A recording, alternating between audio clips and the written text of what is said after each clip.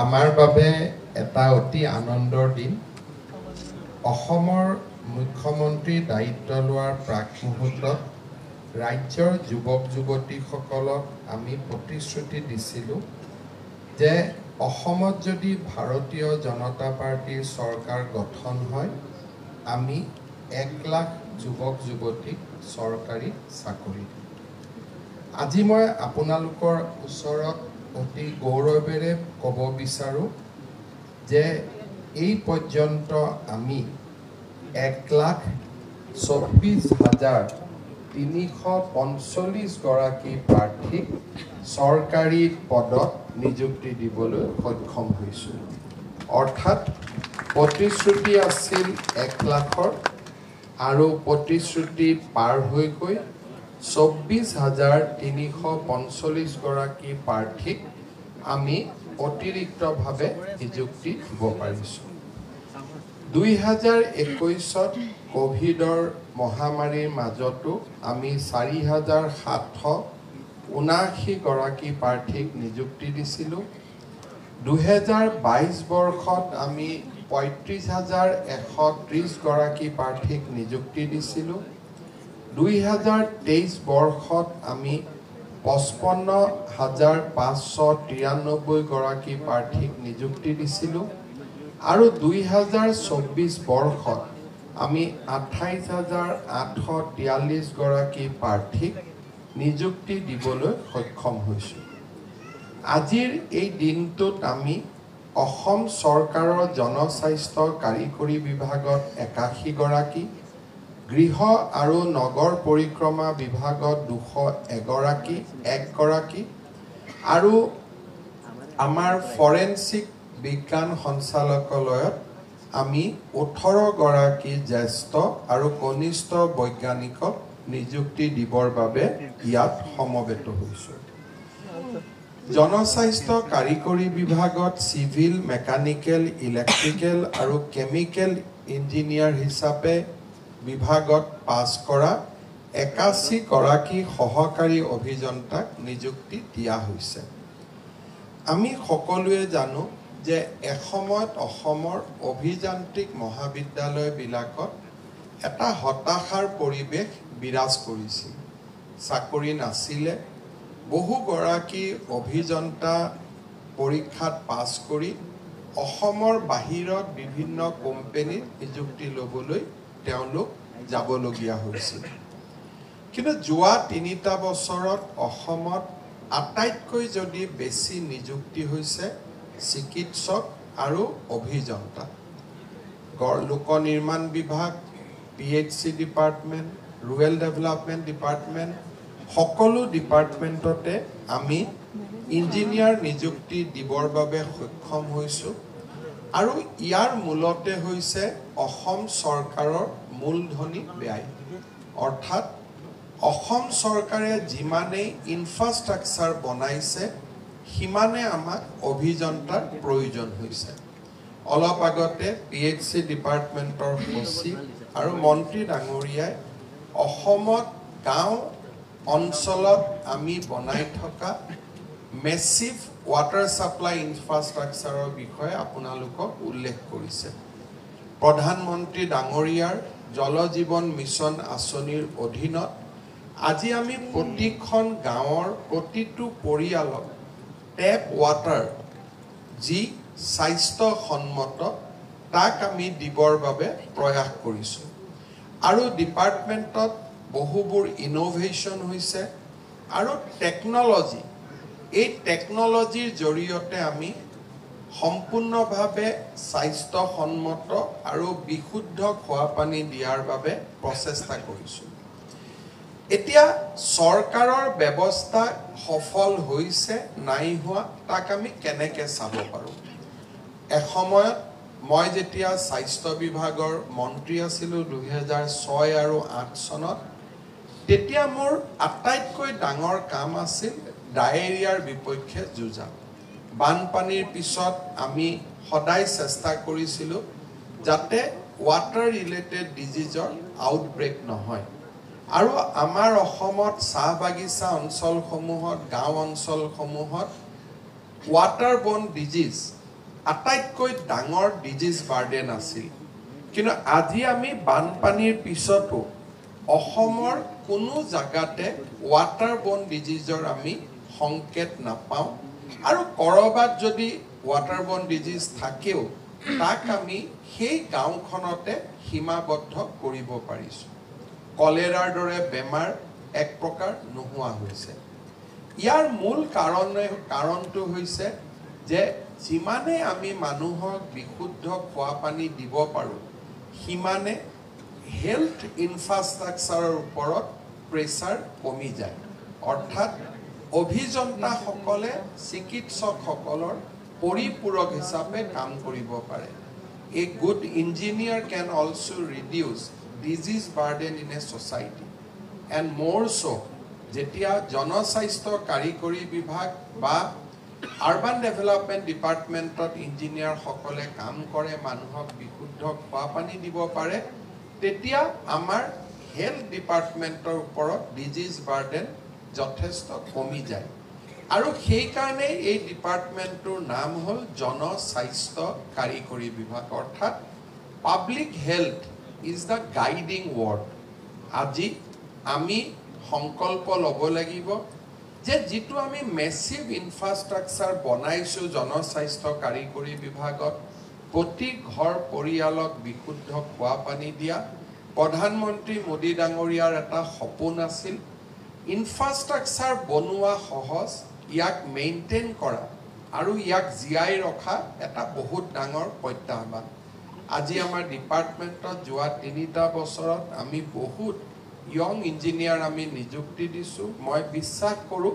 যে আমি সকলোৱে একেলগে একেটা ধাৰাত কাম কৰি যি আমি মেচিভ ইনফ্ৰাষ্ট্ৰাকচাৰ বনাইছোঁ তাক আমি বচাই ৰাখিব পাৰিম আজি আপোনালোক গুৱাহাটী মেডিকেল কলেজত আহিছে আপোনালোকে যদি মেডিকেল কলেজৰ পৰা ভঙাগড়লৈ যায় তাত দেখিব যে কিমান ডাঙৰ এখন কেঞ্চাৰ হস্পিটেল আছে উইথ নিউ আৰ্কিঅলজিকেল লেণ্ডমাৰ্কছ অলপ আগলৈকে যাওক তাত নিউৰলজিকেল চেণ্টাৰ আছে নতুন বিল্ডিং আৰু তাৰ পৰাই যদি চকু দি অলপ দূৰলৈকে চাই ইকুৱেলি ইম্প্ৰেছিভ বিল্ডিং আমি বনাই আছোঁ য'ত নেকি আমাৰ আন এটা ছুপাৰ স্পেচিয়েলিটি হস্পিটেল আহিব অৰ্থাৎ আজি ৩টা বছৰত অসমৰ কেপিটেল ইনভেষ্টমেণ্ট মূলধনী ব্যয়ৰ জৰিয়তে আমি অসমৰ গোটেই ফেজটো পৰিৱৰ্তন কৰাৰ বাবে প্ৰচেষ্টা কৰিছোঁ অহা কিছুদিন ভিতৰত আপোনালোকে দেখিব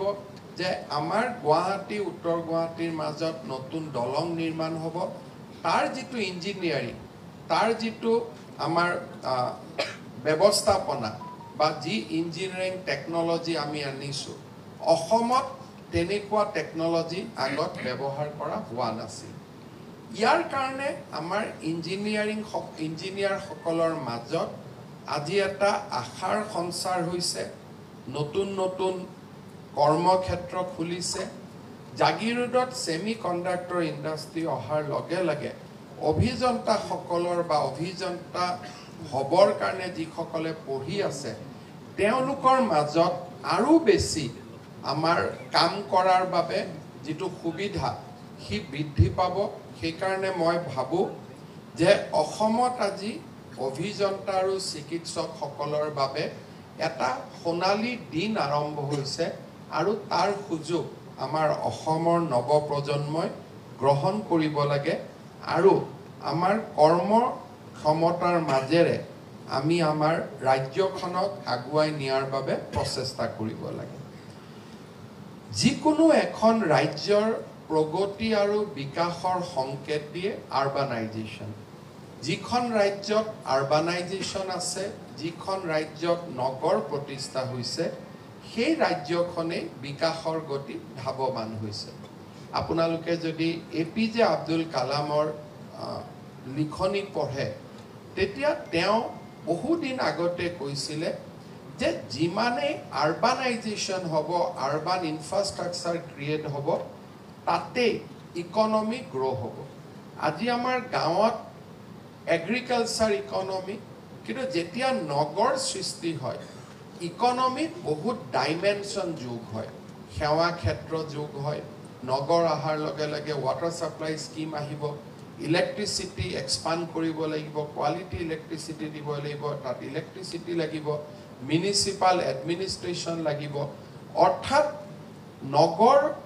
নগৰীকৰণ যেতিয়া আৰম্ভ হয় তেতিয়াই সেই ৰাজ্যখনত বিকাশ আৰু প্ৰগতি আৰম্ভ হয় আপোনালোকে যদি ভাৰতৰ গোটেই কেইখন বিকশিত ৰাজ্যৰ ফালে চাই মহাৰাষ্ট্ৰ কৰ্ণাটক তামিলনাডু তাত আপোনালোকে দেখিব যে আৰবান পপুলেশ্যন সেই ৰাজ্যবিলাকত অসমৰ তুলনাত যথেষ্ট বেছি কিন্তু আমাৰ ৰাজ্যত আৰবান পপুলেশ্যন যথেষ্ট কম আৰু হিয়ে ইণ্ডিকেট কৰে যে অৰ্থনৈতিকভাৱে আজি আমিও আন ৰাজ্যৰ তুলনাত যথেষ্ট আমি পিছুৱাই আছোঁ আৰবানাইজেশ্যন তেতিয়া হ'ব যেতিয়া আমি একোটা বিশেষ সুবিধা সেই অঞ্চলবিলাকত দিব পাৰিম আৰু তাত মাষ্টাৰ প্লেনিঙৰ পৰা আৰম্ভ কৰি এটা আৰবান গভাৰ্নেন্সৰ পৰিৱেশ এটা আমি সৃষ্টি কৰিব পাৰিম আজি আমি যোৱা ৭৮ বছৰৰ যদি আমাৰ পৰিক্ৰমা চাওঁ আমি পৌৰ প্ৰশাসনক এটা তদৰ্থ ভিত্তিত চলাই আছিল আপোনালোকে চিন্তা কৰিব পাৰে যে ডিব্ৰুগড় তিনিচুকীয়া শিৱসাগৰৰ দৰে পৌৰসভাত এজন স্থায়ী অভিযন্তা নাছিলে এজন ফাইনেন্স এণ্ড একাউণ্টছ অফিচাৰ নাছিলে আৰু তাত এজন চিফ এক্সিকিউটিভ অফিচাৰ নাছিলে অৰ্থাৎ কেতিয়াবা এজন ইএচিয়ে দায়িত্ব ল'ব কেতিয়াবা কোনোবা অফিচৰ পৰা এজন ইঞ্জিনিয়াৰ আমি লৈ আহিছোঁ বা কোনোবা জুনিয়ৰ ইঞ্জিনিয়াৰে আজি প্ৰমোশ্যন হৈ বা যি ধৰণে ২০-২৫ বছৰ ধৰি একোটা মিউনিচিপালিটিত তেওঁলোকে কাম কৰি আছে আমি আমাৰ চৰকাৰে দায়িত্ব লোৱাৰ পিছত আমাৰ মিউনিচিপালিটিসমূহত আমি ৩টা ক্যাডাৰ আমি সৃষ্টি কৰিব খুজিছিলোঁ এটা হ'ল প্ৰশাসনীয় য'ত নেকি এক্সিকিউটিভ অফিচাৰ থাকিব এটা হ'ল টেকনিক্যাল ক্যাডাৰ য'ত নেকি এজন আৰবান টেকনিক্যাল অফিচাৰ থাকিব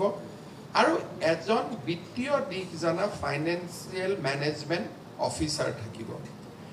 আৰু পৌৰসভাসমূহে যাতে হেঁচা নাপায় বিত্তীয় হেঁচা নাপায় এই তিনিওটা ক্যাডাৰৰ নিযুক্তি ৰাজ্য চৰকাৰে কৰিব আৰু দৰমহা আদি দায়িত্ব ৰাজ্য চৰকাৰে গ্ৰহণ কৰিব আমি যোৱা কিছুদিন আগতে প্ৰথমবাৰ আমি এক্সিকিউটিভ অফিচাৰসমূহক নিযুক্তি দিবলৈ সক্ষম হৈছিলোঁ আৰু আজি আমি আৰবান টেকনিক্যাল অফিচাৰ আৰু ফাইনেন্সিয়েল মেনেজমেণ্ট অফিচাৰসমূহক আজি আমি নিযুক্তি দিব সক্ষম হৈছোঁ মই ভাবোঁ যে এই তিনিওটা ক্যাডাৰ পৌৰ নিকায়সমূহত যোৱাৰ পিছত আমাৰ কাম কৰা পদ্ধতি বা আমাৰ কাৰ্যক্ষমতা বৃদ্ধি হ'ব আৰু আমাৰ পৌৰসভাৰ যিসকল মেয়ৰৰ পৰা আৰম্ভ কৰি চেয়াৰমেনলৈকে তেওঁলোকে এটা উপযুক্ত মেন পাৱাৰ পাব আৰু মই আশা কৰোঁ যে আজি আমাৰ দেশৰ ভিতৰতে এই তিনিওটা ক্যাডাৰ সৃষ্টিৰ ক্ষেত্ৰত আমাৰ ৰাজ্য চৰকাৰ দেশৰ ভিতৰতে আজি এটা অগ্ৰণী ভূমিকা ল'ব পাৰিছে লাহে লাহে আমি এই ক্যাডাৰটোক আৰু শক্তিশালী কৰিম প্ৰয়োজন সাপেক্ষে ডাঙৰ ডাঙৰ পৌৰসভাত এজন ফাইনেন্সিয়েল অফিচাৰ এজন ইঞ্জিনিয়াৰ যথেষ্ট নহয় লাহে লাহে আমি ইয়াক আৰু শক্তিশালী কৰাৰ বাবে প্ৰচেষ্টা কৰিম কিন্তু এটা সুন্দৰ আৰম্ভণি আজি আমাৰ নগৰ উন্নয়ন বিভাগত কৰা হৈছে মই এই দুইটা প্ৰয়োগৰ কাৰণে জনস্বাস্থ্য কাৰিকৰী বিভাগৰ মন্ত্ৰী জয়ন্ত মল্ল বৰুৱা আৰু নগৰ উন্নয়ন বিভাগৰ মন্ত্ৰী অশোক সিংহাল ডাঙৰীয়াক অভিনন্দন জনাইছোঁ আৰু মই বিশ্বাস কৰোঁ যে আজি নিযুক্তি পোৱা যুৱক যুৱতীসকলে আমি যি উদ্দেশ্যেৰে চৰকাৰলৈ এটা নতুন যুৱ শক্তিক আকৰ্ষণ কৰাৰ বাবে প্ৰচেষ্টা কৰিছোঁ তাত যাতে আমি সফল হ'ব পাৰোঁ এই গোটেইকেইটা নিযুক্তিৰ এটা হলমাৰ্ক হ'ল মেৰিট মেধাৰ ভিত্তিত নিযুক্তি এতিয়া বহু সময়ত নিযুক্তি পোৱা ল'ৰা ছোৱালীবিলাকে কেতিয়াবা তেওঁলোকৰ হোৱাটছআপ ফেচবুক গ্ৰুপত আলোচনা কৰে যে আমি মেৰিটত নিযুক্তি পাইছোঁ গতিকে আমি কাৰো ওচৰত দায়বদ্ধ নহয় মই কথাটো ওলোটাকৈ কম যে ৰাজনৈতিকভাৱে নিযুক্তি দিব আটাইতকৈ সহজ কাৰণ আজি যদি ইয়াত বহি থকা 200 জন মানুহৰ পৰা মই 5 লাখ টকালৈ নিযুক্তি দিলোহেঁতেন মোৰ দুই ধৰণে উপকাৰ হয় এটা মোৰ দলৰ কাৰ্যকৰ্তাসকলক নিযুক্তি দিব পাৰিলোহেঁতেন আৰু 5 লাখ টকাও ঘৰত আহিলেহেঁতেন এতিয়া মেধাৰ ওপৰত নিযুক্তি দিব যাওঁতে আমি দুটা টেগ কৰিব লাগে এটা টেগ কৰিব লাগে যে আমি টকা পইচা যেটো লক্ষী ঘৰত আহিব লাগিছিল তাক বিদায় দিব লাগে যে আমাক লক্ষী নালাগে আমাক সৰস্বতী লাগে প্ৰথম আমি লক্ষীক বিদায় দিব লাগে দ্বিতীয়তে আমাৰ ৰাজনৈতিক জীৱনত আমাৰ লগত হোয়ে বাৱে কাম কৰি থকা বহুত মানুহক প্ৰতিটো নিযুক্তিৰ পিছতে আমি হেৰুৱাব লাগে আজি আমাৰ লগত যিমানবোৰ ইঞ্জিনিয়াৰ আছিলে মোৰ সমষ্টিত জয়ন্ত মল্লবৰুৱা সমষ্টিত অশোক সিংগালৰ সমষ্টিত আমাৰ যদি কোনোবা কাৰ্যকৰ্তাৰ ঘৰত লৰা ইঞ্জিনিয়াৰ হৈছে ইন্টাৰভিউ দিছে কাগজখন দি থৈ গৈছিল চাকৰি দিব পৰা নাই আজি যেতিয়া মই কথাখিনি কৈ গৈ আছো তেওঁ ঘৰত বিজেপিৰ পৰা পদত্যাগ পত্ৰখন লিখি আছে দুইটা কাম একেলগে হৈ আছে সমান্তৰালভাৱে যে আমি কিয় বিজেপি কৰিব লাগে যেতিয়া আমি কওঁ যে নহয় আমি মেধাত দিব লাগে তেতিয়া কংগ্ৰেছেতো মেধাত দিয়া নাছিল আপোনালোকে কিয় মেধাত দিব লাগে অৰ্থাৎ আগৰ আমাৰ পৰিৱেশ কি আছিল আজি আমাৰ পৰিৱেশ কেনেকৈ আমি পৰিৱৰ্তন কৰিছো কিন্তু স্বচ্ছ নিযুক্তি মোৰ বাবে এটা অসমৰ জনজীৱনলৈ মই ভাবো যে এটা সময় আহিব যত সমাজ পৰিৱৰ্তন হ'বই লাগিব আৰু সেই পৰিৱৰ্তনক আজি আমাৰ চৰকাৰখনে আকোৱালি লৈছে আপোনালোকে দেখিছে আমি এডিআৰই এক্সাম পাতিছো এতিয়া স্বচ্ছতাক আগুৱাই লৈ গৈ অহা কালিৰ পৰা পৰীক্ষাত লিখা OMR সিটখনো আমি উভতাই দিব বিচাৰিছো প্ৰথমবাৰৰ বাবে পৰহি দিনাখন 28 তাৰিখে আমি আনসাৰ কি দিম আৰু ক্যান্ডিডেট সকলৰ পৰা আমি এতিয়া খুদিছো যে আনসাৰ কিত যদি আমাৰ কিবা ভুল হৈছে তাকো দেখুৱাই দিম আৰু 29 তাৰিখে পৰীক্ষা হ'ব আমি কৈছো প্ৰশ্ন কাকতখনো ঘৰত লৈ যাওক যাতে আপোনালোকে মিলাই চাব পাৰে যে আসলতে আপোনালোকে কিমান নম্বৰ পালে বা নাপালে টেটৰ নিযুক্তিৰে আৰম্ভ কৰা স্বচ্ছতাক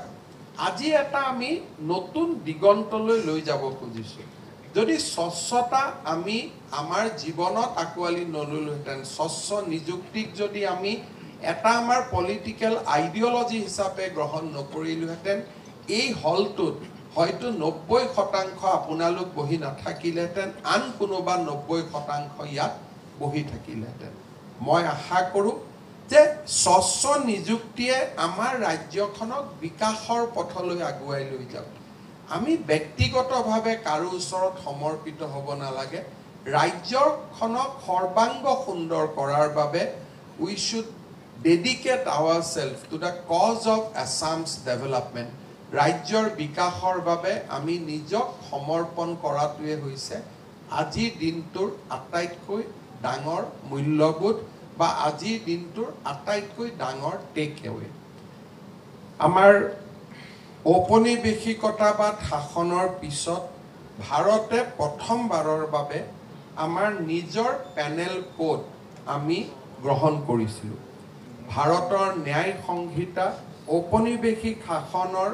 ইণ্ডিয়ান পেনেল কোডৰ পৰা আঁতৰি আহি আমি ক্ৰিমিনেল জাষ্টিছক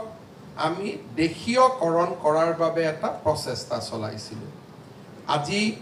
আমাৰ ফৰেনসিক ডিপাৰ্টমেণ্টত আমি যিসকল সাইন্টিষ্ট নিযুক্তি দিছোঁ তাৰ মূল কাৰণটোৱে হ'ল যে এতিয়া ক্ৰিমিনেল জাষ্টিছৰ আটাইতকৈ ডাঙৰ স্তম্ভটোৱে হৈছে ফৰেনসিক ইনভেষ্টিগেশ্যন অৰ্থাৎ ফৰেনসিক ইনভেষ্টিগেশ্যনক আজি আমি ন্যায্যতা প্ৰদান কৰিছোঁ আৰু ফৰেনসিক ইনভেষ্টিগেশ্যনে ক্ৰিমিনেল জুৰিস্প্ৰুডেন্সক সফল কৰা এফেক্টিভ কৰাত এটা ডাঙৰ ৰোল প্লে কৰিব পাৰে যেতিয়া এটা মাৰ্ডাৰ হয় সাক্ষীৰ প্ৰমাণৰ পৰিৱৰ্তে আমি যদি ফৰেনসিক এভিডেন্স কোৰ্টত আনিব পাৰোঁ তেতিয়ালে কনভিকশ্যনৰ যেটো ৰেট অফ কনভিকশ্যন হি নিজে নিজে বাঢ়ি যায় কাৰণ জুডিচিয়াৰীয়ে সাক্ষীজনক ক'ব পাৰে যে আপুনি কাৰোবাৰ দ্বাৰা প্ৰভাৱিত হৈছে কিন্তু ফৰেনসিক এভিডেন্সক জুডিচিয়াৰীয়ে ক'ব নোৱাৰে যে আপুনি কাবাৰ দ্বাৰা প্ৰভাৱিত হৈছে কাৰণ science goes without any influence আজি আমি ৰাজ্যত